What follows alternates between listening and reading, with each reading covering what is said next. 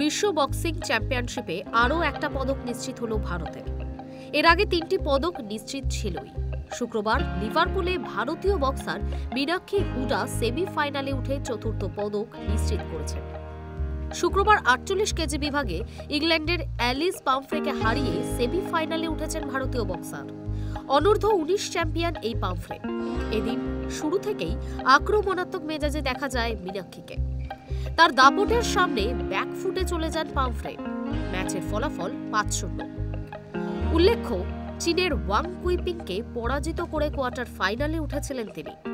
60টিরও বেশি দেশের 500 জনেরও বেশি বক্সার এই প্রতিযোগিতায় অংশ নিচ্ছে, যাকে বলা হচ্ছে ওয়ার্ল্ড বক্সিং আয়োজিত প্রথম elite level global championship. Meenakshi ছাড়াও অভিজ্ঞ ভারতীয় বক্সার পূজা রানীও পদক নিশ্চিত করেছেন।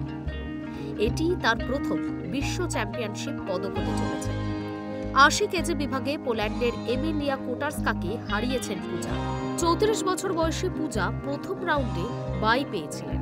কোয়ার্টার ফাইনালে কোটার্সকাকে 3-2 ব্যবধানে হারান তিনি। উল্লেখ্য, এর আগে বুধবার মহিলাদের 80+ বিভাগে সেমিফাইনালে জায়গা করে নিয়ে ভারতের প্রথম পদক নিশ্চিত করেছিলেন নুপুর শিওরাত। কোয়ার্টার ফাইনালে উজবেকিস্তানের অল্টিনয় সোটিম বোয়েভাকে 4-1 ব্যবধানে হারিয়েছিলেন তিনি। তাছাড়াও 57 কেজির বিভাগে সেমিফাইনালে উঠে ভারতের হয়ে পদক নিশ্চিত করেছেন Jaismine Lamboria. Hi News network.